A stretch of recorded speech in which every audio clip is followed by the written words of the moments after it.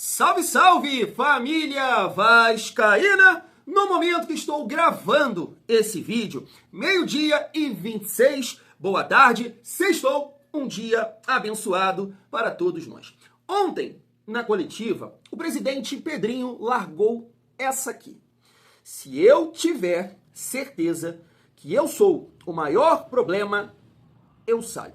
Quero a sua opinião, sua visão sobre isso aqui nos comentários. Mas antes, eu quero trazer aqui uma visão bem pertinente, bem interessante de um jornalista numa resenha ontem na Cazé TV, falando sobre essa declaração aqui do Pedrinho. Vale muito a pena, família, porque a gente está vendo aí, né? Eu brinco aqui com vocês, do Chiliquento Dias, do Chiliquento Rocha, mas teve essa situação aí que não pode acontecer de forma nenhuma no Vasco, né, com o Crave. Deu até entrevista pro Léo Dias ontem, né, porque o Pedrinho também falou que qualquer coisa que acontecer com ele, com a família dele, é culpa do Crave. Isso não deve acontecer, não pode acontecer no Vasco. Olha só que situação chata para a imagem do clube, energia também, sabe, as coisas não estão acontecendo. Tá lá o cara falando com o Léo Dias, mano, fofoca.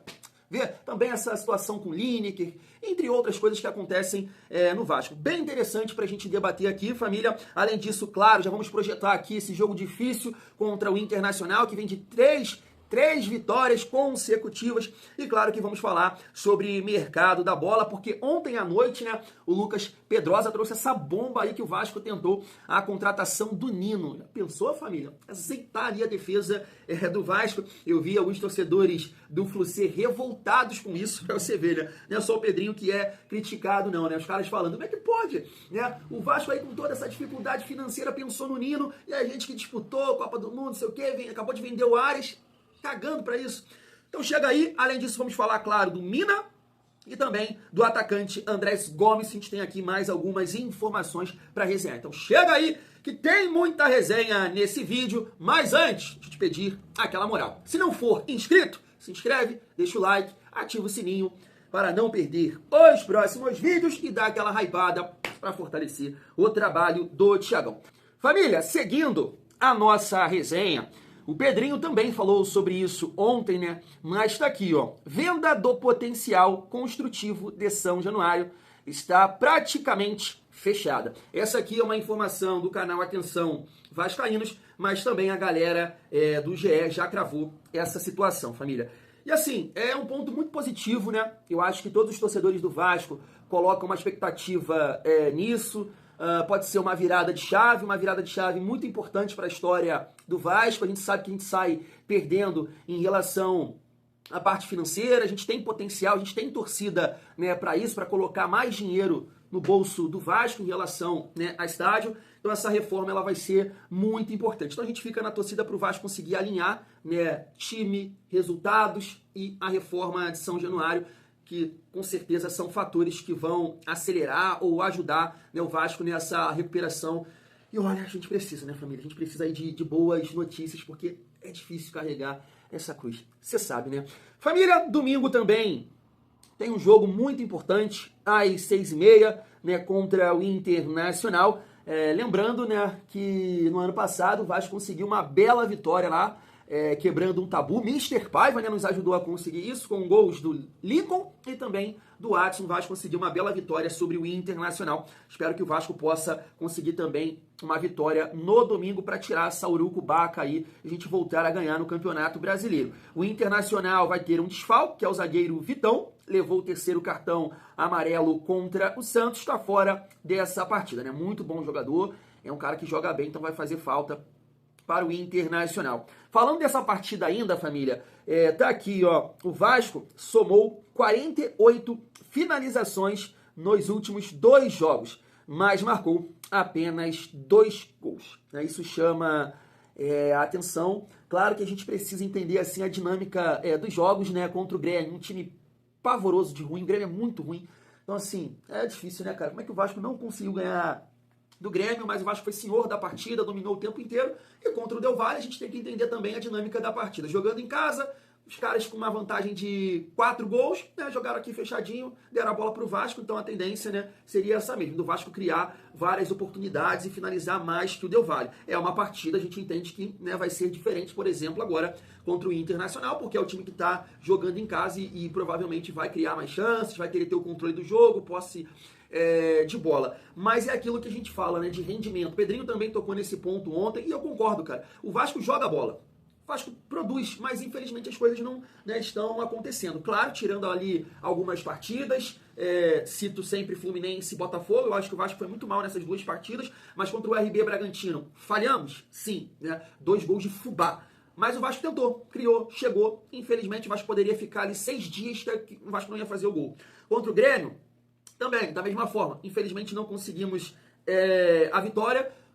Aí, Cabo Daciolo neles. Um jogador escorrega, o outro também, sai a falta, né? E aí gol dos caras. E contra o Del Valle eu não preciso nem falar, né? Tá vivo aí na sua memória. O goleiro faz milagre, o Rayami perde o gol praticamente debaixo do gol, Verratti da mesma forma. Então assim, surreal que o Vasco está passando nesse momento dentro de campo, quero dizer. Mas claro, tem que parar de fubazar, tem que parar de errar.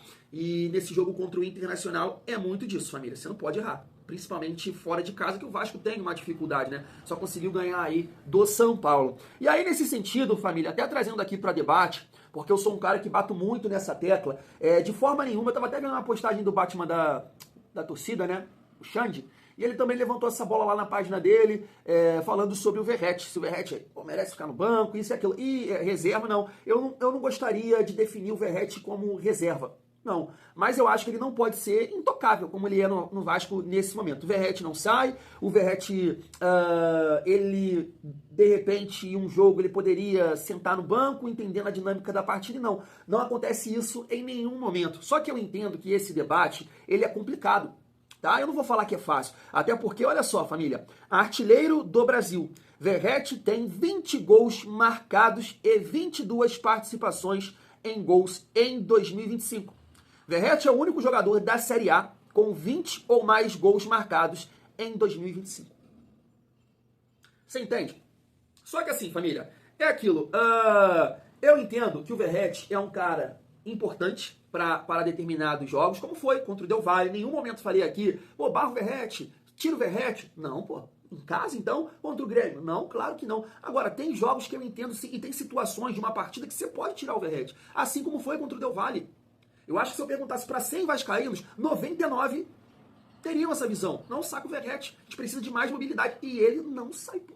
Contra o Internacional agora, assim, é difícil, né? Depende muito da partida, porque a gente sabe que o Diniz, ele consegue, né, ter posse de bola, ele consegue dar essa personalidade, trazer essa personalidade pro time para jogar mesmo assim fora de casa, é porque realmente o Vasco não vai, né? A coisa não acontece. Mas era um jogo que eu, Thiago, por exemplo, sacaria o Verratti. Tentaria um time de mais mobilidade na frente. Por que não David, Ryan, Nuno? Ou que seja um outro jogador mais na frente, o Nuno fazendo ali o meio armador, sabe?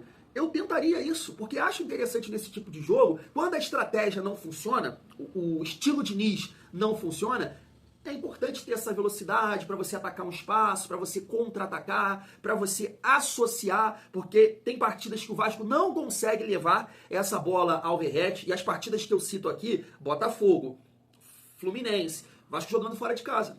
Praticamente em Brasília, o Vasco está fora de casa. Contra o Del Valle, não vou nem falar nada porque foi um jogo que o Vasco em 10 minutos perdeu um jogador. Mas também essa bola não vai chegar até ele com essa facilidade que, por exemplo, a gente tem jogando em casa. Então, por que não um teste? Sabe? É isso que eu levanto. Mas eu entendo os torcedores que falam assim, Thiago, você está falando merda, bosta, desculpa, tá?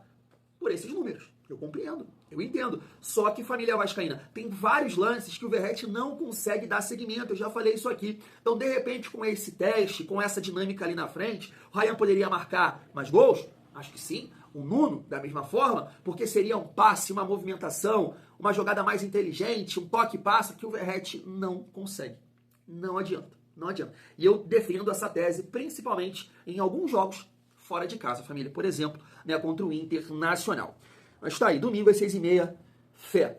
Família, seguindo para a gente falar sobre mercado da bola, mais uma informação aqui do canal Na Torcida Vascaínos. Vasco deve enfrentar concorrência pelo atacante Andrés Gomes, né, o colombiano, que nesse momento joga no Rennes da França e teve destaque no futebol dos Estados Unidos, no Salt Lake City. O Vasco está tentando a contratação, informação do Vene Casagrande. Eu vi também, né, outros jornalistas confirmando essa negociação que o Vasco estava caminhando, mas me parece que o Raio Vallecano e o Mallorca entraram aí na disputa. Eu estava até vendo aqui a classificação da temporada passada da La Liga e eu não entendo muito bem, vou mostrar aqui para vocês a classificação, e o Raio Vallecano ficou na 8ª colocação. Aí eu não sei se conseguiu uma vaga para Europa League ou para Conference League, de repente isso também, né, chama a atenção do jogador. O Mallorca não, ficou ali na 10ª colocação. Então assim, família, é um jogador de lado, a gente trouxe aqui, né, os números do atleta, já reagimos aqui também a alguns lances, jogador de uma boa mobilidade, velocidade, aquele perfil que eu entendo que faz falta ao Vasco, né, que dá tapa na frente, de um lançamento e ele ganhar na velocidade, mas vamos aguardar. Ontem eu vi até alguns jornalistas cravando essa situação, que o Vasco, né, estava próximo de acertar com o segundo reforço, mas pintou mais essa situação em relação a esse atleta, família. Tá aqui também uma informação do Joel Silva, dizendo que as negociações estão em andamento, as negociações estão andando bem, tendência por empréstimo com opção de compra. O que se discute são os valores. Tá aí, vamos aguardar. E aí, falando agora dessa informação do Lucas Pedrosa sobre o interesse do Vasco na contratação do Nino e também do Mina, família. Inclusive, em relação ao Nino, o Vasco fez uma proposta de 5 milhões de euros, mas o Zenit pede 8 milhões de euros. Né? Um jogador que fez história, né, no Fluminense, sendo o capitão da Libertadores, mas, né, de repente, é um atleta que tem ali uma gratidão pelo Diniz, né, e, né, o Vasco, de repente, acertando com o Zenit, eu acho que não teria problema do Nino, né, jogar no Vasco. Infelizmente, digo realmente infelizmente, porque é um jogador que realmente aumentaria muito o nível do Vasco, né, na saída de bola, um líder, bola aérea, e eu acho que é um atleta que realmente poderia auxiliar na dupla, né, no outro jogador que fosse jogar ali com ele, trazendo mais essa confiança, né, que o Vasco tanto quer ali no sistema defensivo. Esse nome gerou até uma polêmica aí no meio dos torcedores do Flucê, viu o André do Sentimento Tricolor, outro também que eu acompanho lá às vezes, falando que absurdo, como é que o nosso presidente pode deixar uma situação dessa, como é que não pensa no jogador, já que eles também, né, estão com problema lá na defesa, e acho que um jogador horroroso deles lá também machucou e vai ficar um longo período fora, a família vascaína. E o Lucas Pedrosa disse que o Vasco não tem condições, né, no momento de chegar a 8 milhões de euros. Mas olha, seria uma grande contratação, tá? Uma grande contratação. É complicado, né? Que mais uma vez o Vasco tenta um alto investimento num jogador de defesa. A gente questiona isso, né? Questionou isso em relação a 777, que pagou 42 milhões pelo João Vitor e não fez o mesmo investimento na frente, né? Então falta, claro, também um jogador que a gente entende com esses valores, é um jogador para fazer, né, a diferença, assim como entendo que o Nino faria diferença na defesa do Vasco. E o Mina tá aqui também, família, mas é uma negociação, né, muito difícil. Há muito tempo que eu não acompanho o Mina jogar, mas, poxa, o que ele performou aqui no Palmeiras, o cara chegou até no Barcelona, né, acho que é um jogador também que ajudaria muito aí a defesa do Vasco, família. E aí, para finalizar o nosso vídeo, gostaria de repercutir com vocês essa opinião do jornalista da Cazé TV, né, sobre essa declaração do Pedrinho, né? Ele falando que se ele é o principal problema do Vasco, e se a torcida entende dessa forma, a grande maioria, ele sai. Se liga só. É óbvio pra mim que o problema do Vasco não é o Pedrinho.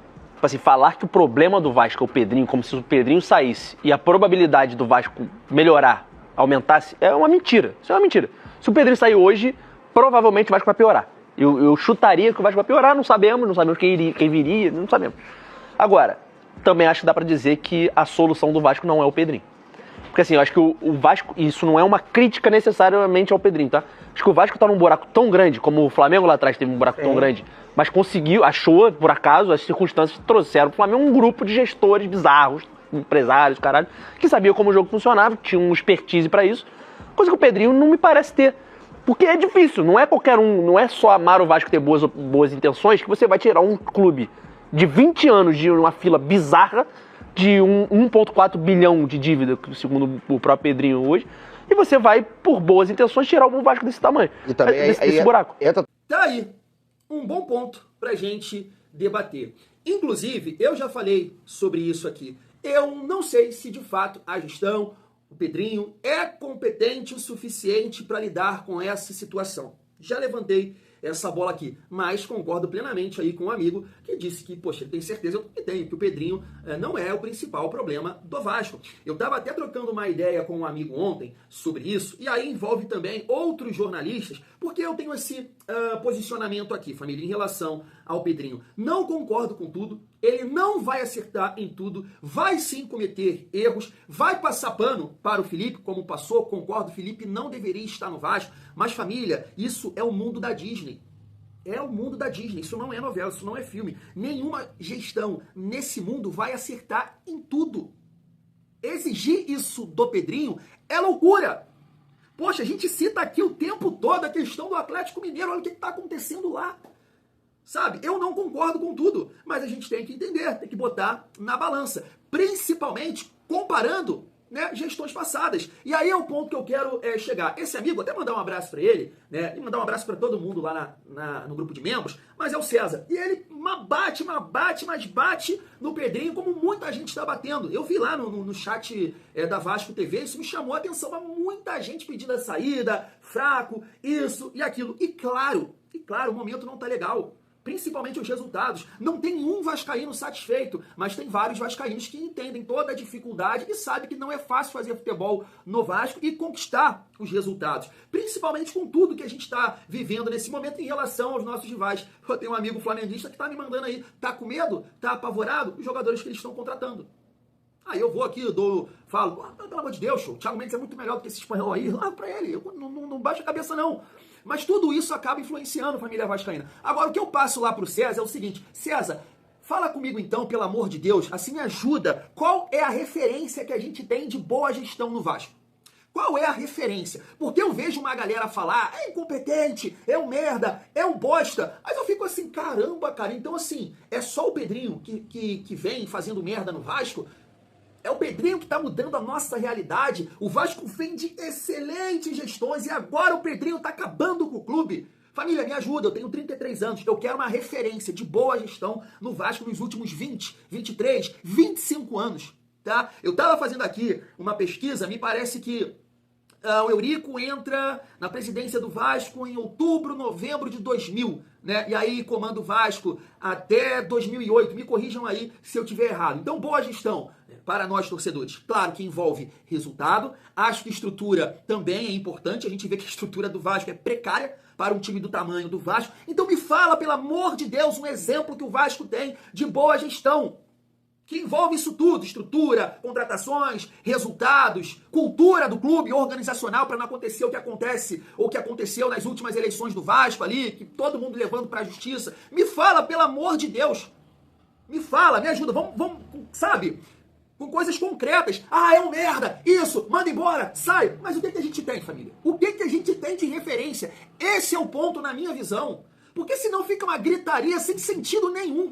Sabe o que eu falei para esse amigo? César, eu falei, César, a gente precisa de uma referência, de um pontapé inicial. Repito, o que ele falou aí, eu não sei se é o Pedrinho. Talvez não seja, mas a gente precisa. Agora, ficar gritando sem sentido nenhum, não ajuda em nada. Foi o que ele falou, tem que cobrar sim. Né? Ele falou lá que para pagar uma folha salarial de um determinado mês, ele teve que vender 2 mandos. Então a cobrança tem que ser nesse sentido. Não, Pedrinho, você não pode deixar a questão técnica, né, de lado. Dá o teu jeito de conseguir esses 4 milhões de outro jeito. Ele falou sobre isso, tem que me cobrar em relação a isso. Agora, tem cobranças que não fazem sentido vendo o nosso histórico, gente. O Vasco não tem referência. Se você pegar aí, vamos lá, me ajudem aí. De 2001, que foi ali que o Eurico assumiu pra cá, o Vasco foi campeão meia carioca em 2023, conseguiu chegar na final da Copa do Brasil em 2006, 2007 eu acho que o Vasco brigou até o final ali por uma vaga na Libertadores, que foi aquele jogo que o Vasco não conseguiu ganhar do Paraná, ou do Figueirense, alguma coisa assim. Eu lembro até que tem uma bola do Bruno Meneghel, que bate no travessão, lembra dessa parada? A bola bate, mas não entra, e aí o Vasco acaba ficando fora ali da Libertadores, ou pré-Libertadores, e aí quem assume, né, é o Roberto. Numa confusão também, o Vasco acaba ali no seu primeiro rebaixamento, em 2008, conquista uma Copa do Brasil em 2011, campeão carioca 15, 16, e de lá pra cá, mais nada. E nessa sequência aí, o Vasco aumentando a sua dívida. Né? E um título de expressão que foi 2011. Então, qual é a referência que a gente tem de boa gestão? A do Roberto, que conquistou a Copa do Brasil, mas aumentou a dívida do clube e também caiu para uma segunda divisão. Família, o Vasco não tem essa referência. Por isso que eu não concordo com vários jornalistas que ficam criando esse furdunço nesse momento. E principalmente aqueles que defenderam o pior da história, que foi o Jorge Salgado, e que vendeu ilusão para o torcedor do Vasco. Você faz a comparação da SAF do Botafogo, do Bahia, do Cruzeiro, nossa, é a pior. E o responsável por essa merda que a gente está vivendo, ele aumentou a dívida do clube, ele dificulta uma revenda, isso não tem como negar, por tudo que aconteceu. Pedrinho até contou que ele poderia, né, ter assumido o controle novamente da SAF do Vasco com R$1.000. Por que não fez isso? Já vendo que o troço era tumultuado. Sabe? Então esse é o meu posicionamento aqui. Não estou satisfeito, não concordo com tudo, mas eu não vou ficar fazendo furdunço, até porque, né, quando eu olho aí para o futuro do Vasco, eu não vejo muita coisa. Sim, eu não sei, um cara que eu gostaria de ver no Vasco é o Levenciano. É o Levenciano, mas até o momento não se posicionou em relação a isso, a disputar a próxima eleição. Então, não olhando para esse... olhando para o futuro e não vendo muita coisa, cara, eu prefiro acreditar no Pedrinho. Mas, Thiago, o Vasco tem que ser vendido, irmão, não é associativo. Aí foi o que eu falei com um amigo também. Tá cheio de bilionários aí pelo mundo querendo comprar o Vasco, né? Gente, não é assim. Vamos botar o pé no chão, vamos ficar dentro de uma realidade. Pelo amor de Deus, sabe? Essa é a minha visão em relação a tudo isso, família vascaína. Conto com a de vocês aí. Fui.